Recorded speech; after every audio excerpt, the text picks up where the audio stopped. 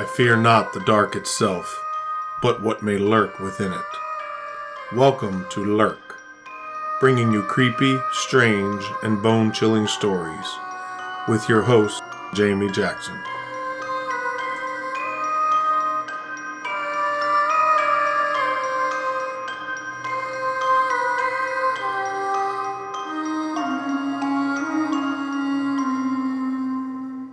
Hey Lurkers, welcome to episode 28. Today's episode is all about Lake Shawnee Amusement Park, which is located just outside of Princeton, West Virginia. You may be familiar with Lake Shawnee. The amusement park has quite the history and has been featured on several different paranormal TV shows. It was featured on Scariest Places on Earth, Most Terrifying Places in America, and Most Terrifying Places in the World on the Travel Channel. It was also featured on The Unexplained on the History Channel, and most recently in 2021 it was on an episode of Portals to Hell. The property has quite an extensive and tragic history, so let's get started at the very beginning, or close to the beginning. In 1774, a man by the name of Mitchell Clay acquired land in an area known as Clover Bottom along the Bluestone River and just upstream from the Bluestone Settlement. Back then it would have been Virginia, but it becomes West Virginia.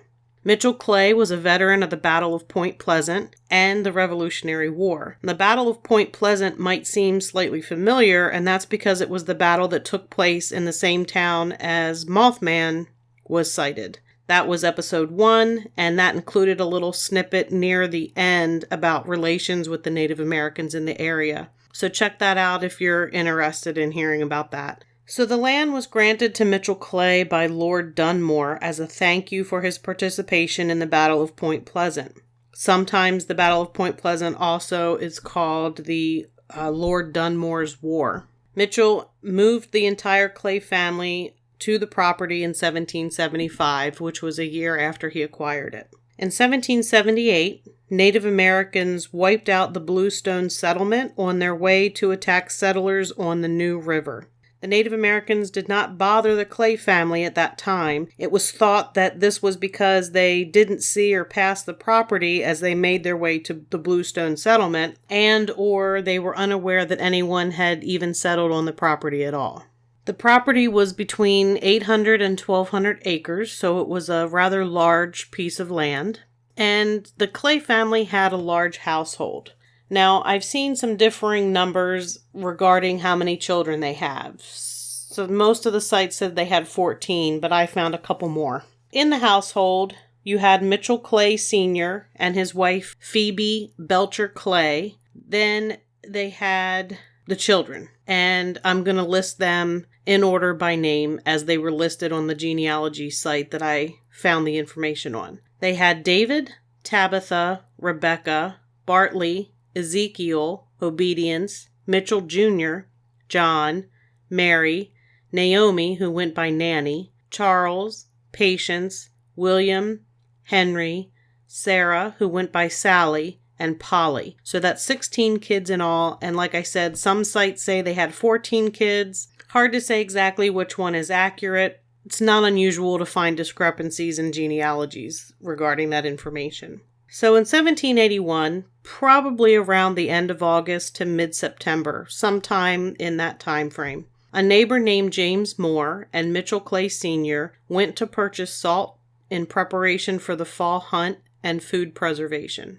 Mitchell left his sons to look after the family and to fence the wheat stack so that the livestock could be turned out in the field. David, the oldest son, had left home at that point, so he was not living on the property. Sons Charles and Mitchell Jr. decided to go out hunting because they hadn't seen any signs of Native Americans in the area, so they figured it was safe enough for them to go do that. And that left Bartley and Ezekiel, who were older, to fence in the wheat stack. Mom Phoebe sent Tabitha to the river to wash clothes with some of the bigger children, while Rebecca was in the house doing indoor chores. Obedience, the younger sister, was in the yard watching the smaller kids and helping her mother. Unfortunately, the Clay family was unaware that the Native Americans were watching the house from the ridge across the river and had been for several days. Native Americans were reportedly in two separate parties looking for horses to steal. One party was on the Gaylord River and the other in Abbs Valley. By watching the activities of the Clay family, they were able to know if their presence had been detected or not, since people from Gaylord or Abbs Valley would need to pass by the Clay settlement on their way to get help. The party from Abbs Valley had apparently been unsuccessful in their quest for horses, and they ended up camping across the river from the Clay house, completely unseen because of the heavily wooded area. The Native Americans had watched Mitchell Clay and John Moore leave, and also saw the two brothers leave as well to go hunting, and they decided to go take scalps or captives of Bartley and Ezekiel, who were busy fencing off the wheat. They had not seen Tabitha and the younger children at the river. So they cross, they shoot Bartley dead. Tabitha hears the shot and starts running with the children towards the house. Native Americans had surrounded Ezekiel and saw Tabitha and the children. 2 natives attempted to capture Tabitha, while others tried to capture the children. Tabitha fought off the natives while the children were climbing the hill to the house. Unknown to the Native Americans, a Mr. Blankenship was on his way back to the New River from visiting another remote settlement and stopped at the Clay house. He was in the yard talking to Phoebe, who, of course, sees what's going on and begs him to shoot the Indian who's fighting with Tabitha. Blankenship would not shoot because he might hit Tabitha, and if he managed to kill one native, he would not be able to save her from the second. And then at that point, his gun would be empty and it would be completely useless for defending the house. He managed to hold the Shawnee at bay with his loaded gun until Phoebe and Obedience got all the children safely into the house. The Shawnee killed Bartley and Tabitha, taking their scalps, and captured Ezekiel and retreated to the riverbank. There were 11 Native Americans in the party that killed the Clay children. And as I mentioned, they were Shawnee Indians. Which, if you haven't guessed, that's why it's called Lake Shawnee. So Phoebe, the mother, went to the neighboring house of James Bailey on the other side of Black Oak Mountain, which is 6 miles away. So that was their nearest neighbor. He was 6 miles away on the other side of the mountain. And she went there with her children that were still living. Blankenship presumably went to the settlement to organize a posse. The Clays made it to James Bailey's house, and Bailey went to head to the settlement, unsure if Blankenship would be able to make it there. He arrived shortly before daybreak to find the pursuit party had been formed and were waiting for the captain of the militia, shortly after the party headed out looking for the Native Americans. In the meantime, Mitchell Clay Sr. and James Moore arrived at the Clay house to find the 2 bodies of Tabitha and Bartley and the rest of the family gone. So Mitchell and James Moore placed the bodies in the house, and while they're doing that, Charles and Mitchell Jr. also arrived back at the house. The 4 of them set out for the settlement thinking the entire family has been taken captive. Mitchell meets up with the pursuit party and learns the rest of his family was safe. And he and the party took off after the Native Americans, where they eventually found them and killed several of them. They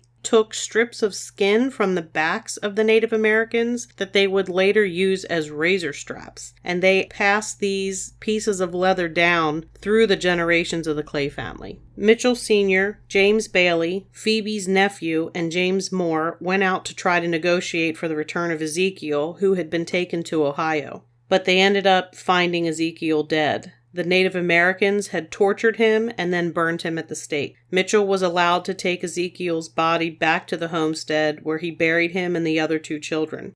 Ezekiel was only 16 years old at the time of his death. Phoebe refused to go back to the homestead, which is completely understandable. I wouldn't want to go back to the homestead either. So the family ended up moving to New River and eventually to Parisburg, Virginia. Some of the family did stay back on the property. There are some differing accounts of this story. Some say that Blankenship didn't actually defend the house, but instead ran off to the settlement immediately. He and his family were actually branded as cowards, and it was a designation that plagued generations of the Blankenship family. They also say that Tabitha was trying to defend her brother Bartley's body to prevent it from being scalped, and in doing so, she was cut to pieces by one of the Native Americans. The graves of Tabitha and Bartley are marked by a stone monument on the property. It's presumed Ezekiel's body is there as well. The graves of Tabitha and Bartley are actually still there on the property that is part of the Lake Shawnee Amusement Park. So the property saw quite a bit of carnage in the 1700s. We're going to fast forward now In 1926, the property is purchased by Conley or C.T. Snidow. The population of the West Virginia coalfields was booming at that time, and Snidow knew the families were in need of entertainment. He wanted to build an amusement park or resort for the families of coal workers in the area. Some question why the park was built in such a middle-of-nowhere sort of place, but back then the coal towns were booming and the property was located at the intersection of two main highways, so it was easy to get to. The park was named Lake Shawnee Amusement Park, and it had a Ferris wheel, a swing ride, racetrack, dance hall, a saloon that was apparently complete with prostitutes and illegal gambling according to lore, concession stands, and a lake when it opened. In 1927, a large cement pond was added for swimming and was said to be West Virginia's largest concrete pool. During Prohibition, a speakeasy operated there. We talked briefly about speakeasies in episode 26, The Haunted Baltimore Bars, if you're interested. By the 1950s, the Lake Shawnee brochure read, "On this tract of more than 1,000 acres is located a lake for boating, a pool for swimming, and a beach for sunning. Surrounding the lake are 18 cabins and cottages, picnic grounds, a bathhouse for a swimming pool, eating and dancing facilities, a golf driving range, a shooting gallery, and miles of hiking trails." You could even rent wool bathing suits for 15 cents when it opened. It said that during its tenure, there were a total of 6 deaths at the park itself, but not all 6 deaths can be documented. There were other deaths that were associated with the park as well that happened outside of the park, but were associated with the park either because of proximity of when they happened or because of who it was associated with. One of those happened in April of 1927. C.T. Snidell's 3-year-old daughter Eloise died tragically at the hotel where the family was living. The newspaper account reads, and this is directly from the 1927 news article. "Shortly after 11 o'clock, Eloise was romping about the hotel lobby and ran to get on the elevator. On the lift were Myrtle Brown, guest of the hotel, and Leroy Nance, Negro porter, but it is not known which one had hands on the control of the elevator. As it was about a foot from the landing, the little girl is said to have grasped it with both arms and hung on, being carried up to be crushed between the wall and the elevator before it could be stopped. The porter grabbed Eloise to pull her onto the elevator, but was too late to avoid the tragedy. It said her body was terribly crushed, and she lived for 10 minutes after being taken to the hospital. Her father was at Lake Shawnee overseeing construction at the time of the accident. In 1932, 70-year-old William Porter was fatally struck on the road that ran alongside Lake Shawnee. He died. 1934, there was a murder that happened right next to the property of the park. A gentleman by the name of James Kraft Belcher was 25 years old, and he is the grandson of former owners of the property. He is also a relative of the original family. If you'll remember, Mitchell Clay Sr.'s wife's name was Phoebe Belcher Clay, so Belcher was her maiden name, and this James Kraft Belcher would have been a relative of hers. The grandparents of James Belcher owned the Lake Shawnee property in the early 1900s, and he would have spent time on the property. James was having a pretty rough go of it. His wife had left him, and he had started drinking heavily. He was seeing a 19-year-old woman named Myrtle Taylor. Some information says he was seeing her before he and his wife split up, and that this Myrtle Taylor was the reason why his wife had left in the first place. Either way, he starts drinking heavily. On May 11th, 1934, he finds Myrtle out on a date with another man. He ends up forcing her to leave and then forces her into his car. On the road next to Lake Shawnee, he gets her out of the car, pulls out a gun, and shoots Myrtle twice in the head. But she actually did not die right away. And he ended up putting her back in the car and driving her to the hospital, where she did later die. Then, in 1935, on the same road near Lake Shawnee, 9-year-old Mac Calfee was hit in the head and killed with a piece of steel that was sticking out of the rear end of a truck. The driver was arrested after the police found blood and hair on the steel rod that was still hanging hanging off the back. Witnesses said the truck was driving 2 feet off the highway onto the shoulder. On July 3rd, 1940, a 12-year-old girl was found drowned in the Bluestone River. She had been playing in the river on June 29th with friends when she disappeared. Her body was found on July 3rd, right near Lake Shawnee. Just so you know, the Bluestone River actually travels right through the property, so she would have been found on the actual property. There were also a couple of car accidents on the road that bordered the park property. These other car accidents were non-fatal, but they were pretty serious ones. In 1961,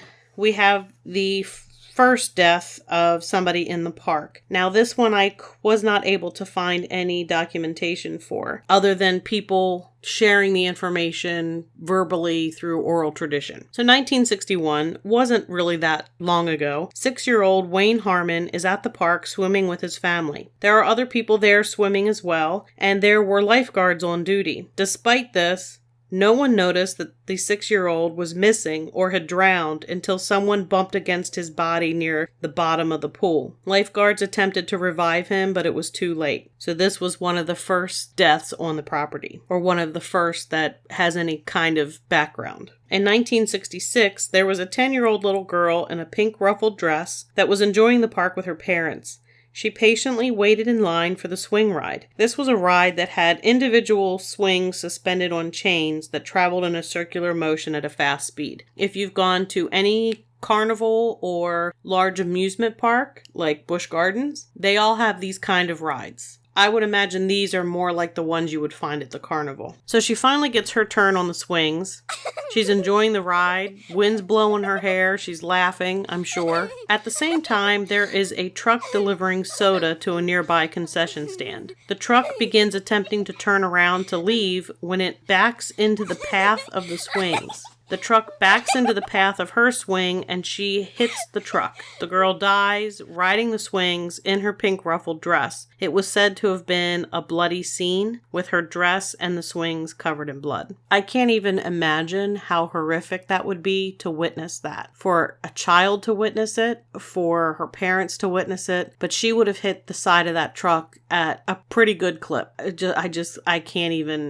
I don't even want to even imagine. Now, there is no record that I was able to find. I always look in the newspapers.com to see if I can find anything to back up information that I've gotten. There's no record of this event in the newspapers that I could find. This is really not unusual because not all newspaper editions are available. Next year, I could search again and actually find documentation of it. But there is enough mention of this event to make me think that this is something that actually happened.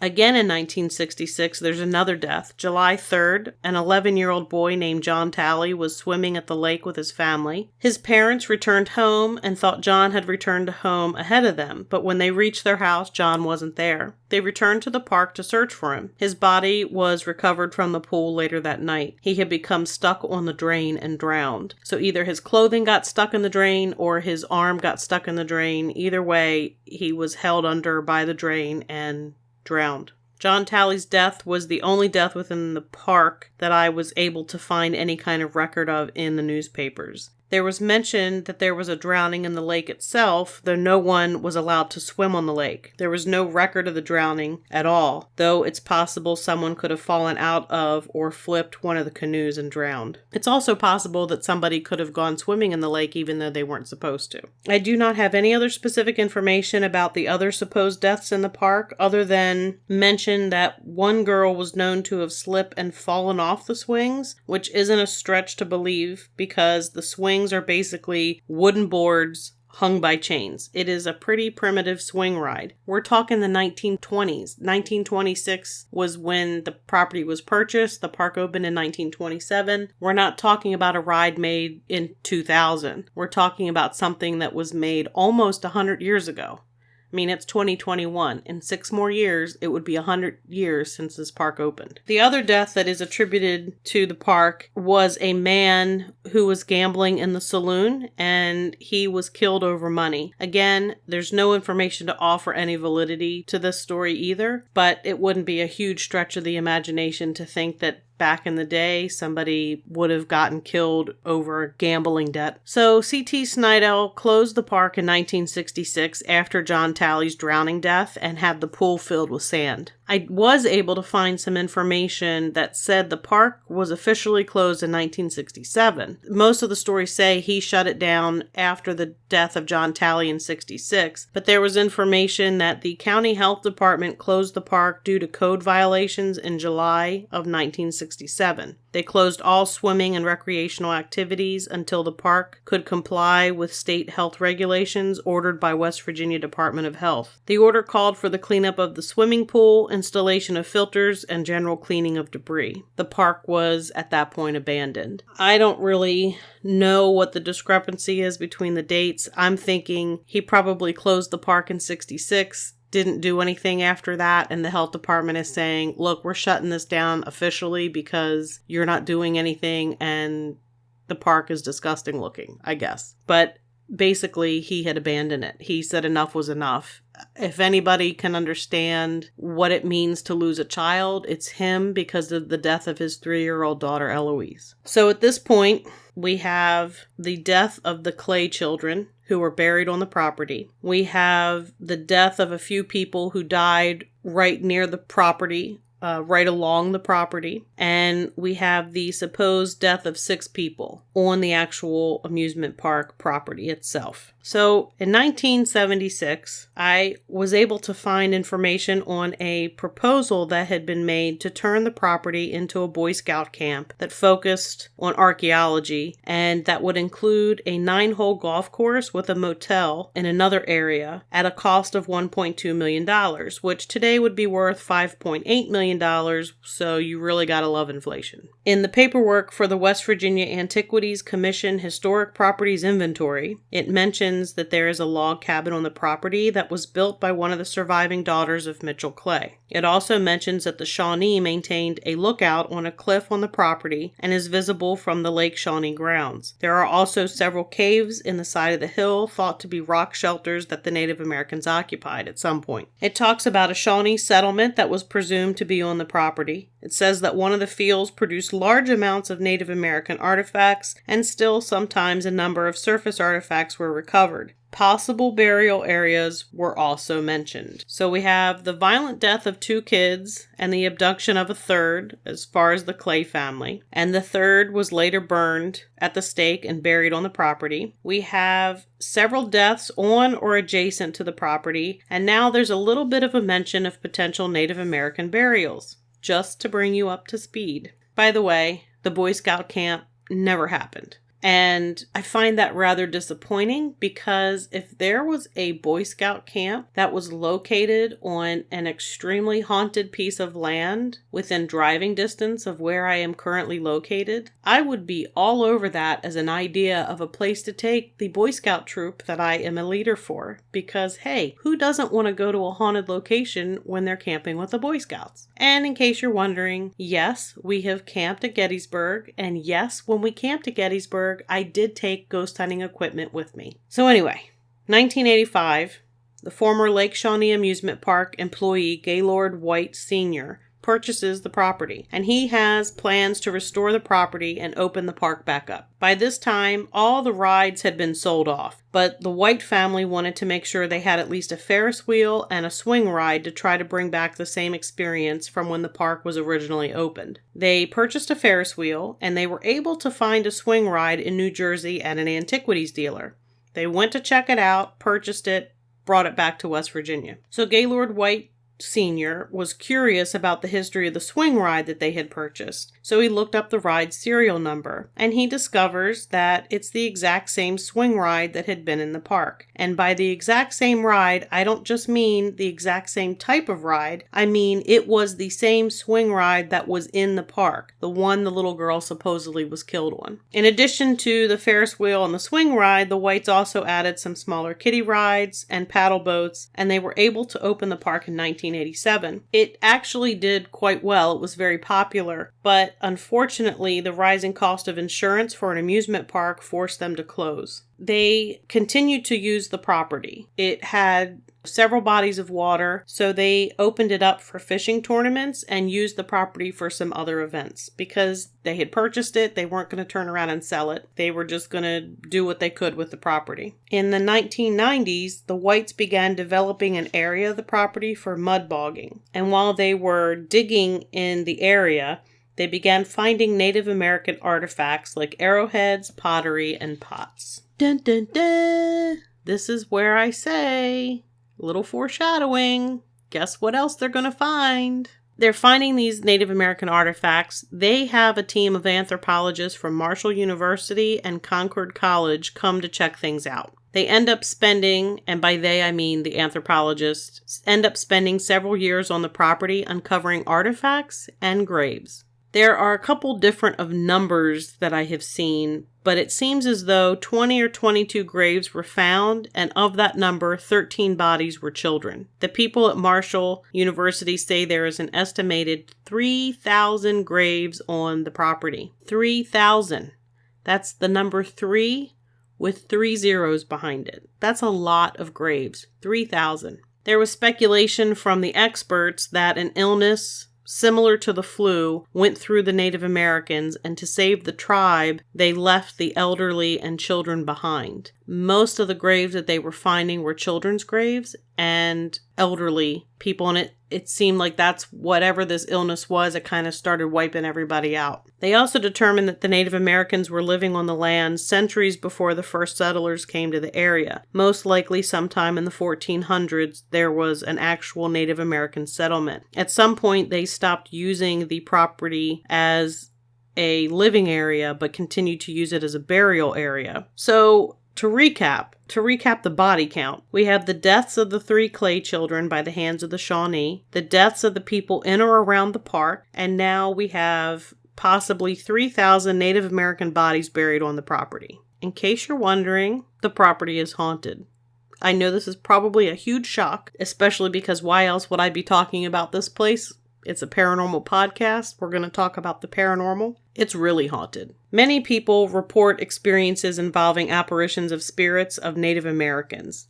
Not surprising, since the property is covered with thousands of Native American graves. People often hear the sound of drums, and others have reported the sound of what they say is similar to chanting. Full-bodied apparitions of Native Americans are seen on the property as well. I imagine they're pretty unhappy with the use of the land for an amusement park. Jewel White, the wife of Gaylord White Sr., still lives on the property today. She claims to have seen the full-bodied apparition of what she called a Native American warrior. She said she knew it was a warrior because it was shirtless and carrying some type of weapon in its hand. There are reports of people seeing rides moving on their own. The cars on the Ferris wheel rock and move and make noise as if someone is sitting in them. And perhaps someone is, since there are those who have also seen what looks like a man sitting in the cars. People have seen the silhouette of a man sitting in the Ferris wheel in the 9 o'clock position. So if you're looking at the Ferris wheel, he would be in the car that would be located roughly where 9 o'clock is located on a clock or a watch. Legend has it that a man died after falling out of the Ferris wheel, but there's no information to back that up whatsoever, and it could be something that somebody has made up to fit the fact that they're seeing a person on the Ferris wheel. So this could be, it's kind of like a chicken and the egg type thing. What came first? Somebody died on the ride and their ghost is there, or somebody sees a ghost and they're making up the fact that somebody died on the ride. It's one of those. Jewel White also talked about how she was unsure if her husband would be happy with what she and her son were doing with the property. So Gaylord White Sr. and his son Gaylord White Jr. had passed away, and Jewel White and her other son Chris owned the property, and they were doing different type of historical and paranormal type tours, and she really didn't know if her husband would be okay with that. Then one night, the surveillance camera at the Ferris wheel recorded the safety lock on one of the cars opening and closing. Gaylord Sr. apparently was obsessed with the safety of the rides and the Ferris wheel in particular, and Jewel believes this was his spirit giving her a sign that he was okay with what was going on in the park. There is apparently the actual footage is available online. Possibly. I'm going to check that out and see if I can share that on social media. There are many people who have claimed to have seen the apparition of the little girl who was killed on the swings. She's often seen walking around the park grounds in her pink ruffled dress, and some say the dress is covered in blood. They've also experienced seeing the swing move, and even though there is no wind or any other explanation for the movement. It sways and sometimes shakes violently. There are also strange temperature anomalies recorded at the same time. There's a story about Gaylord White Sr. and a tractor. Gaylord would go out on the tractor to cut the large fields of grass on the property. Each time he would be out mowing, he would feel a weight on his shoulders and something touching his arm. Every now and then he would see the apparition of a little girl out of the corner of his eye, but she would quickly disappear. Finally, one day when he's out mowing, the familiar sensation of someone touching his arms and putting weight on his shoulders was felt again, but this time he turned around to see what it was, and he ended up coming face to face with the ghost of the little girl killed on the swings. She was dressed in her pink ruffled dress. Gaylord said to the ghost girl, "If you like this tractor so much, I'm gonna give it to you." He turned the tractor off, got off, and walked away, leaving the tractor sitting in the field. And the tractor is still out there in the field today. He apparently put a large boulder in front of it and something beside it to make sure that nobody would move the tractor. Gaylord Jr. saw the ghost of the little girl on the park grounds as well. She was wearing her blood-soaked dress and stood there staring at him until she finally just walked away and vanished. Gaylord White Jr. died at the age of 51 from a heart attack. He had a total of 26 heart attacks while living on the property, and his family believes it was the property that caused the heart attacks. When the Discovery Channel was on the property filming, one of their investigators became trapped in one of the old ticket booths. They panicked to the point of needing to go to the hospital once they were able to get free. When they were stuck in there, they were yelling and yelling for help, but couldn't get out. The door was a push door, and it had no locking mechanism on it, but she was pushing and pushing, but the door wouldn't budge at all. And she panicked and was so anxious that they were concerned and ended up taking her to the hospital. Another paranormal investigator went into the ticket booth only to come flying out of it as if someone had given him a huge shove out the door. And this was witnessed by Chris White, who he and his mom currently own the property. While filming for America's Scariest Places on Earth, the psychic that was with the crew refused to enter the park at night because of the amount of energy they were being bombarded with. Many people have feelings of being watched while they're on the property and of being followed as they walk around. Chris White's son has experienced this. He said he sometimes feels watched and has someone unseen following him. When he walks, he can hear footsteps in the grass, and when he stops walking, he can hear like 2 steps immediately afterwards. Like whoever's following him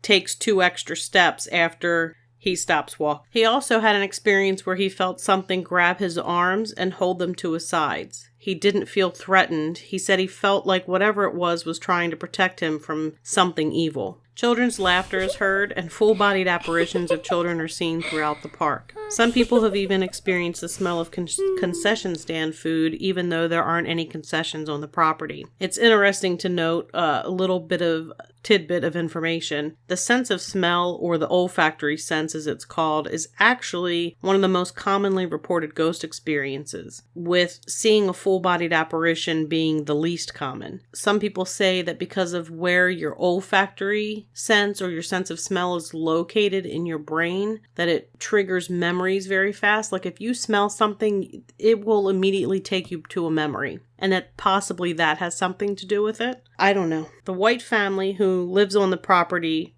still, as I said, Jewel White still lives there. They've experienced poltergeist-like activity such as doors opening and closing, lights and TVs turning on by themselves, sometimes in the middle of the night. Jewel White says that she has objects go missing in her home, and she made a point of saying that, of course, she misplaces things. She forgets where she puts her keys, sets something down, days later has forgotten where she's put it. But she says she's missing things that she has put down. She's just set it down. She leaves the room, turns around and walks back in the room, and the item is gone. So we're not talking about something she's misplaced days later. We're talking moments. It's there, it was there, it's not there anymore. There was a historian who had done research on some of the drownings on the property, and when she was a child, she actually visited the park when it was still open. She said that when she was about the age of 5, she was at the park swimming in the pool with her family when something unseen grabbed her leg and pulled her under. Her father had to grab her by the hair and drag her out, and if not for her father, she would have drowned. Looking back now, she wonders if something pulled those other kids under the water too. That is creepy. That is creepy as you know what, because I don't know about you. I love the beach. I love the ocean. I swim in it. I swim in the Chesapeake Bay. I swim in the rivers that are tributaries to the bay. When I was younger, I never had any issues whatsoever. The only thing I worried about was getting stung by jellyfish. Today, I guess because I'm older and more knowledgeable and my sense of imagination is even worse, I think about sharks, I think about stingrays, I think about weird jellyfish that have traveled across oceans to attack me that could be under the water, all kinds of things that I can't see that could hurt me in the water. So the thought of something unseen grabbing me and pulling me under is absolutely terrifying. And the thought that there could be something in that swimming pool that was purposefully grabbing children and pulling them under to kill them on purpose is something else I don't even want to think of, and I'm probably going to have nightmares. It's just creepy. I don't know if I'll ever go swimming in a public pool. So in addition to all those hauntings, people have also been shoved, they've heard someone whispering in their ear, and they've heard music coming from the rides and voices having conversations. Each year, the White family hosts what they call the Dark Carnival that allows people to take tours of the property in the hopes they might encounter one of these spirits. Unfortunately, the Dark Carnival was canceled again this year because of, you guessed it, COVID. Talk about something scary. Really getting sick of the COVID crap. I totally want to go to the Dark Carnival. They also have some other activities. They've had other tours there, historical tours, ghost tours. They have the Dark Carnival every year in the fall, except for the years where there's a pandemic. There's also a paranormal investigative group that hosts overnights there on the property where you can camp. I am totally going to attend one of these whenever I am able to go. So once they start opening these up, I am so there because I definitely want to hit this place. It's in my top 10. This place and Waverly Hills are probably my top 2 places that I want to visit. So that's going to do it for this episode.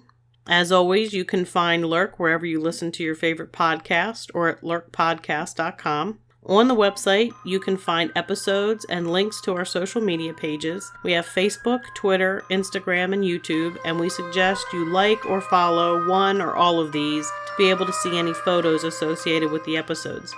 We also have a private Facebook group, and we would love for you to join in the discussion.